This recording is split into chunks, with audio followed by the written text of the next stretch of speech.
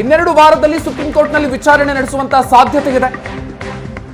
ಕಪಿಲ್ ಸಿಬಲ್ ಅಥವಾ ಅಭಿಷೇಕ್ ಮನು ಸಿಂಘ್ವಿ ಇವರಲ್ಲಿ ಯಾರಾದ್ರೂ ಒಬ್ಬರನ್ನ ನೇಮಕಗೊಳಿಸಬೇಕು ಅನ್ನೋ ನಿಟ್ಟಿನಲ್ಲಿ ಮಾತುಕತೆಗೂ ಕೂಡ ಸಿದ್ಧತೆಗಳಾಗಿದೆ.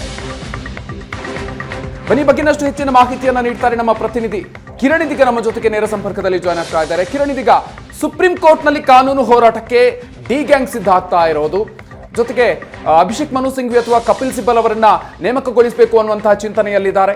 ಸೊ ಏನೇನ್ ಬೆಳವಣಿಗೆ ಈ ಹಿನ್ನೆಲೆಯಲ್ಲಿ ಆಗ್ತಾ ಇದೆ?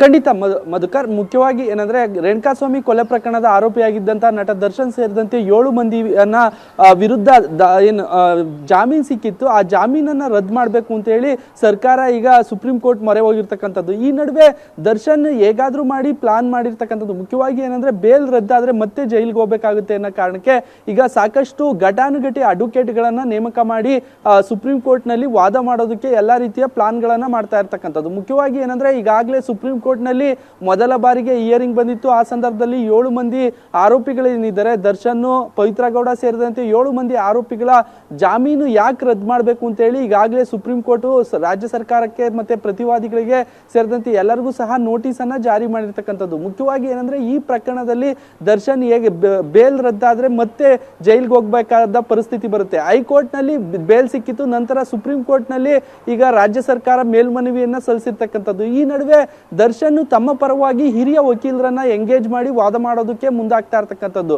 ಈ ನಡುವೆ ದೆಹಲಿಗೆ ತೆರಳೋದಕ್ಕೆ ದರ್ಶನ್ ಪರ ವಕೀಲರಾಗಿರ್ತಕ್ಕಂಥ ಸುನೀಲ್ ಮತ್ತೆ ಇತರ ವಕೀಲರು ಏನಿದ್ದಾರೆ, ದರ್ಶನ್ ಪರ ವಕೀಲರು ದೆಹಲಿಗೆ ತೆರಳಿ ಘಟಾನುಘಟಿ ವಕೀಲರು ಏನಿದ್ದಾರೆ, ಸುಪ್ರೀಂ ಕೋರ್ಟ್ ನ ಘಟಾನುಘಟಿ ವಕೀಲರನ್ನ ಭೇಟಿ ಮಾಡೋದಕ್ಕೆ ಎಲ್ಲಾ ರೀತಿಯ ತಯಾರಿ ನಡೆಸ್ತಾ ಇರ್ತಕ್ಕಂಥದ್ದು. ಅದರಲ್ಲಿ ಮುಖ್ಯವಾಗಿ ಸುಪ್ರೀಂ ಕೋರ್ಟ್ ನಲ್ಲಿ ಸಾಕಷ್ಟು ಹೆಸರು ಮಾಡಿರ್ತಕ್ಕಂಥ ಕಪಿಲ್ ಸಿಬಲ್ ಆಗಿರ್ಬೋದು, ಅಭಿಷೇಕ್ ಮನು ಸಿಂಘ್ವಿ ಆಗಿರ್ಬೋದು, ಇಂತಹ ಅಡ್ವೊಕೇಟ್ ಅನ್ನ ನೇಮಕ ಮಾಡಿದ್ರೆ ನಾವು ಬೇಲ್ ರದ್ದಾಗೋದನ್ನ ತಪ್ಪಿಸಬಹುದು. ನಮ್ಮ ಪರವಾಗಿ ಸ್ಪಷ್ಟವಾಗಿ ಮತ್ತೆ ಮಾಹಿತಿ ಯಾವ ರೀತಿ ಕೇಸ್ನಲ್ಲಿ ಲೂಪ್ ಹೋಲ್ಸ್ಗಳಿತ್ತು ಚಾರ್ಜ್ ಶೀಟ್ ನಲ್ಲಿ, ಆ ಹಿನ್ನೆಲೆಯಲ್ಲಿ ಈಗಾಗಲೇ ಹೈಕೋರ್ಟ್ ಜಾಮೀನು ಕೊಟ್ಟಿದೆ. ಜಾಮೀನನ್ನ ಯಾವುದೇ ಕಾರಣಕ್ಕೂ ರದ್ದು ಮಾಡಬಾರ್ದು ಅನ್ನೋ ಕಾರಣಕ್ಕೆ ಇಂಥ ಸುಪ್ರೀಂ ಕೋರ್ಟ್ ನ ಘಟಾನುಘಟಿ ವಕೀಲರನ್ನ ನೇಮಕ ಮಾಡಿದ್ರೆ ಆ ಸಂದರ್ಭದಲ್ಲಿ ನಮ್ಮ ವಾದ ಸ್ಟ್ರಾಂಗ್ ಆಗಿರುತ್ತೆ, ಬೇರೆ ಯಾವುದೇ ಕಾರಣಕ್ಕೂ ರದ್ದಾಗಲ್ಲ ಅನ್ನೋ ಕಾರಣಕ್ಕೆ ಇಂಥ ಹಿರಿಯ ವಕೀಲರನ್ನ ಎಂಗೇಜ್ ಮಾಡ್ತಾ ಇರ್ತಕ್ಕಂಥದ್ದು. Madhukar, okay, thank you Kiran ಡೀಟೇಲ್ಸ್ಗೆ.